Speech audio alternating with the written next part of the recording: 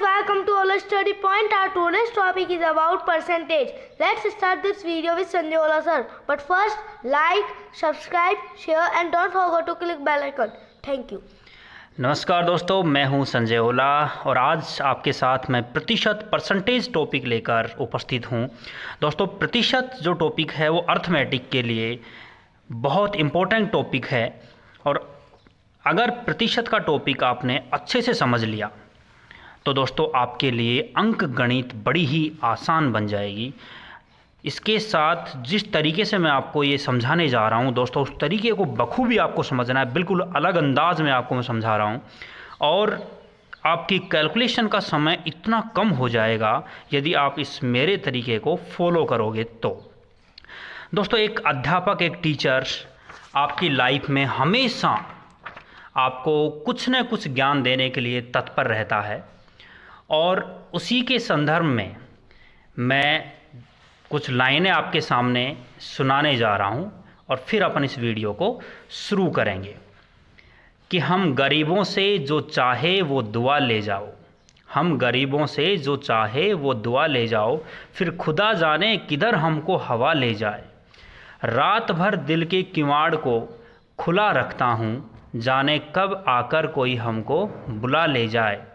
और हम तो कुछ देने के काबिल कहाँ हैं, लेकिन कोई चाहे तो जीने की अदा ले जाए। तो दोस्तों, इन्हीं लाइनों के साथ आज मैं आपके साथ वीडियो शुरू कर रहा हूं और इस प्रतिशत टॉपिक को, परसेंटेज को बहुत अच्छे से आपको समझना है। एक एक लाइन, एक एक स्टेप्स मैं आपको बड़े अच्छे से समझाने वाला हूं। दोस्तों, जिसको समझने में थोड़ी दिक्कत आए क्योंकि बिल्कुल अलग तरीका मैं बता रहा हूं और कैलकुलेशन आपकी बहुत शॉर्ट हो जाएगी, वो इस वीडियो को 2 से 3 बार देखें। और प्लीज़ सबसे पहले वीडियो देखने के लिए आप इस चैनल को सब्सक्राइब करें, लाइक करें और ज़्यादा से ज़्यादा दोस्तों शेयर करें। तो दोस्तों, लेट्स स्टार्ट द वीडियो। दोस्तों, मैंने यहाँ पर सबसे पहले प्रतिशत का आपको अर्थ समझाया है कि जैसे यहाँ पर कोई भी प्रतिशत का जो अर्थ होता है वो क्या होता है कि किसी संख्या या वस्तु के 100 बराबर भाग यदि कर दिए जाएं तो वो ए जो है उसका 100वां भाग होगा अपने पास में। जैसे ए प्रतिशत को हम लिख सकते हैं कि A/100। दोस्तों, अंकगणित, पूरी कंप्लीट अंकगणित में ये टेबल आपको बहुत ज़्यादा यूज आने वाली है कि जहाँ भी प्रतिशत की बात होगी, चाहे वो ब्याज में आए, चाहे लाभ हानि में आए, डिस्काउंट में आए, कहीं पर भी, चाहे वो मेंसुरेशन में आए, प्रतिशत का कोई भी क्वेश्चन आएगा वहीं पर ये टेबल आपके लिए बड़ा कामगार सिद्ध होगी। और रेशियोज में भी इस टेबल का हम यूज़ करेंगे, जो मैं आपको समझाते चलूँगा। आज जो मैं तरीका आपको समझा रहा हूँ, केवल यही तरीका आपको अप्लाई करना है प्रत्येक टॉपिक के अंदर। मैं कोई दूसरा तरीका बताने वाला नहीं हूं, तो आपका फॉर्मूलाओं से भी पीछा यहाँ पर छूट जाएगा। तो दोस्तों, उसके लिए सबसे पहले इस टेबल को आपको लर्न करना है। जैसे मैंने यहाँ पर इसको प्रतिशत में बदल कर लिखा है सभी को। जैसे 1/2 होता है 50%, 1/3 कितना होता है 33 से 1/3%। तो दोस्तों, ये तो हम कह सकते हैं हिस्से हैं और ये सब इसके प्रतिशत मान हैं। दोस्तों, इस टेबल को आपको प्रैक्टिस करके अच्छे से लर्न करना है और इस टेबल के बेनिफिट्स क्या होंगे, फ़ायदे क्या होंगे। दोस्तों, कोई भी संख्या का जो प्रतिशत मान होता है वो कभी भी उस संख्या पर डिपेंड नहीं होता, उसके हिस्सों पर डिपेंड होता है। जैसे अगर मैं कहीं पर भी बात करूंगा कि किसी भी संख्या का दोस्तों 1/3 में ज्ञात करूंगा तो हमेशा 33 से 1/3% ही आंसर आएगा। बेशक चाहे वो कितनी भी बड़ी संख्या हो, चाहे कितनी भी छोटी संख्या हो। तो इस टेबल का यूज कैसे करेंगे उसके लिए आप देखिए, सबसे पहला जैसे एग्जाम्पल यहाँ पर है अपने पास में कि मैंने लिखा 600 का 33 से 1/3% कितना भाग होगा। दोस्तों, बेसिक कॉन्सेप्ट से अगर आप सोल्व करोगे तो वो आप जानते हैं, आप कोशिश भी करेंगे, आप सीखेंगे भी। लेकिन मैं आपको यहाँ डायरेक्ट तरीके से आपको जो है बता रहा हूँ कि जैसे 600 का हमें ज्ञात करना है 33 से 1/3%। तो दोस्तों, हम जाएंगे कि टेबल में 33 से 1/3% कितना हिस्सा होता है, 1/3 हिस्सा होता है। तो दोस्तों, हमें इसको सोल्व करने की आवश्यकता नहीं है, हम डायरेक्टली कह सकते हैं कि इसका जो आंसर आएगा दोस्तों वो कितना होगा, 1/3 भाग। इसको हल करने की आवश्यकता नहीं है, आप बेसिक से हल करके देखोगे तो आंसर यही मिलेगा आपको। नेक्स्ट हम देखें यहाँ पर दोस्तों, आगे मैंने और क्वेश्चंस जैसे इसके अंदर लिखे हैं, वो क्वेश्चंस अपने पास में ये हैं कि जैसे इस क्वेश्चन की मैं बात करूँ, यहाँ पर पहला जो क्वेश्चन है कि 1798 का 6 सही 1/4% कौन सा हिस्सा है। देखो इसी क्वेश्चन के दूसरा शब्द जो मिला वो क्या मिला, कौन सा हिस्सा है। तो दोस्तों आपको सिर्फ ये देखना है कि कितना परसेंट पूछा, 6 सही 1/4%। जो दोस्तों ऊपर टेबल में आप देख सकते हो कि 6 सही 1/4% कितना था, 1/16 था। तो आंसर क्या होगा, 1/16। आपको हल करने की ज़रूरत नहीं है। नेक्स्ट देखिए, जैसे इस प्रकार की कोई संख्या आ जाए तो दोस्तों बेसिक से अगर हम इसको हल करने लगेंगे तो हमें बड़ा वक्त लग जाएगा और काफ़ी समय हमारा इसमें वेस्ट हो जाएगा सोल्व करने में। कि जैसे इसमें है कि 27,056 सही 7/8 का 7 सही 9/13% मूल संख्या का कितना गुना होगा। तो हमें सिर्फ देखना है प्रतिशत जो कितना है, 7 सही 9/13। जो हम देखेंगे दोस्तों कि एक टेबल में कितने हिस्से के बराबर था, 1/13 भाग के। तो आंसर डायरेक्ट हम कह सकते हैं 1/13 भाग आंसर आएगा। तो इसी प्रकार किसी भी संख्या का दोस्तों चाहे x का भी आप निकालोगे तो भी आंसर कितना आएगा, 1/13 भाग आएगा। नेक्स्ट क्वेश्चन जो है थोड़ा सा मैंने बदला है, तो इसमें किस तरीके से है कि 956.56 का 1/6% कितना होगा।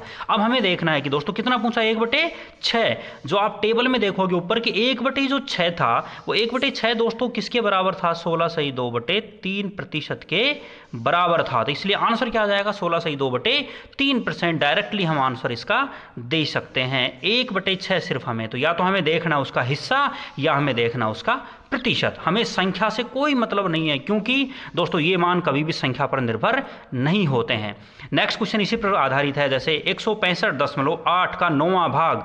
तो आप वीडियो देखते देखते दोस्तों खुद भी ट्राई कर सकते हो क्वेश्चन को सोल्व करने की। तो आप देखिए सिर्फ हमें देखना है कि 9वां भाग का मतलब होता है दोस्तों 1/9 हिस्से, और 1/9 कितना होता है वो हमें टेबल में ऊपर यहाँ पर दिया गया है। कितना होता है दोस्तों, 11 सही 1/9%, दैट इज आंसर। इसी प्रकार आप आगे कह सकते हो कि दोस्तों जैसे मैंने यहाँ पे लिखा a का 3/7 कितना परसेंट होगा। अब ये टेबल में नहीं था 3/7, तो हम यहाँ पर डायरेक्टली हमें पता है दोस्तों कि जो प्रतिशत मान है वो किस पर निर्भर करेगा, उसके हिस्से पर, उसके भागों पर। तो 3/7 वो जैसे हमने ऊपर हिस्से किए थे उसी को हम परसेंट में बदल देंगे, वही हमारा आंसर होगा। और परसेंट में बदलने के लिए क्या करते हैं, इंटू 100। तो दोस्तों हम कह सकते हैं कि 3/7 इंटू 100 जो आएगा अपने पास भाग देने पर, वही हमारा क्या होगा, आंसर। नेक्स्ट क्वेश्चन देखिए, 980 का 5/12 गुणा।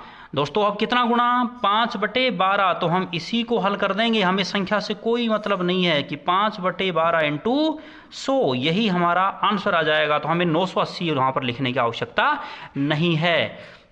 दोस्तों नेक्स्ट क्वेश्चन पे चलें आगे, तो देखें अपन क्या आगे का जो क्वेश्चन है वो क्या है। दोस्तों ये अपने पास में आगे मैंने क्वेश्चन से यहाँ पर लिखे हैं कि ये है दूसरा यूज इसका। पहला यूज तो हमने पीछे देखा कि उसका पहला यूज टेबल का क्या था, ये दूसरा यूज इसका आएगा। दोस्तों क्वेश्चंस का टाइप मैंने लिखा है तुलना पर आधारित, मतलब कंपेयर करना। और कंपेयर हमेशा दो के मध्य होता है, चाहे संख्या हो, चाहे वस्तु हो, चाहे मूल्य हो, जो भी अपने पास में है। दोस्तों इसका फॉर्मूला तो मैंने इधर लिखा है कि अगर बेसिक फॉर्मूले से सोल्व करोगे तो अपने पास में यह है कि वृद्धि या कमी, प्रॉफिट या लॉस जो भी दिया होगा बटे 100 प्लस माइनस, मतलब अगर वृद्धि है तो प्लस और कमी है तो माइनस अपन करेंगे, और इंटू 100% में बदलने के लिए हम लिखते हैं। यह है बेसिक फॉर्मूला, लेकिन मैं आपको इसके अलावा समझाऊंगा हिस्सों से, और उसी से आपको प्रैक्टिस करनी है। दोस्तों पहला जो क्वेश्चन है इसका वो क्या है कि x का मान y से 25% अधिक है, तो y का मान x से कितना प्रतिशत कम है। ये तो लिखा मैंने फॉर्मूले के आधार पे, यहाँ पे 25 वृद्धि था, 125 इंटू 100 तो 20% हमारा क्या आ गया, आंसर।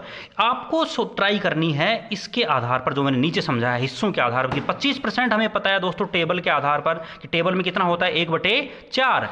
तो हम कह सकते हैं कि 4 में कितने की वृद्धि है, 1 की, मतलब कितना हो जाएगा, 5। तो 1/5 कितना परसेंट, 20% हम जानते हैं टेबल के अंदर आंसर। यहाँ से प्रैक्टिस करनी है दोस्तों। अगेन देखिए कि 25% बराबर हमें पता है कितना हिस्सा होता है, 1/4। तो हम कह सकते हैं कि 4 में कितना बढ़ा, 1, मतलब क्या हो गया, 5 हो गया। तो 1 तो था ही, वृद्धि कमी तो वही रहनी है, खाली मूल संख्या चेंज होती है अपने पास में। तो 20% आंसर।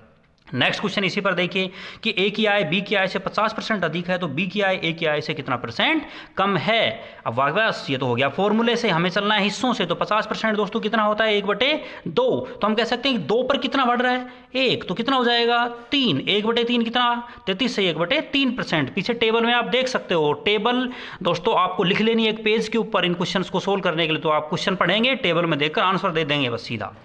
नेक्स्ट क्वेश्चन देखिए भाई कि नेक्स्ट क्वेश्चन क्या है अपने पास में। अगला क्वेश्चन है दोस्तों कि संख्या ए बी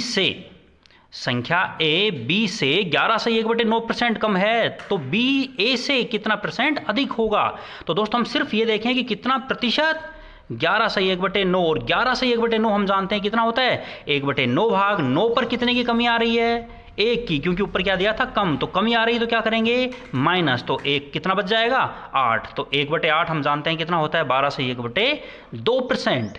नेक्स्ट क्वेश्चन इसी पर आधारित कि किसी वस्तु के भाव में 10% कमी हो जाने पर वस्तु की खपत में कितने परसेंट की वृद्धि की जाए ताकि खर्च ना बढ़े, कि मतलब पहले भी 100% खर्च था और अब भी 100% ही रहे। ये इस क्वेश्चन का आज अपने पास में है।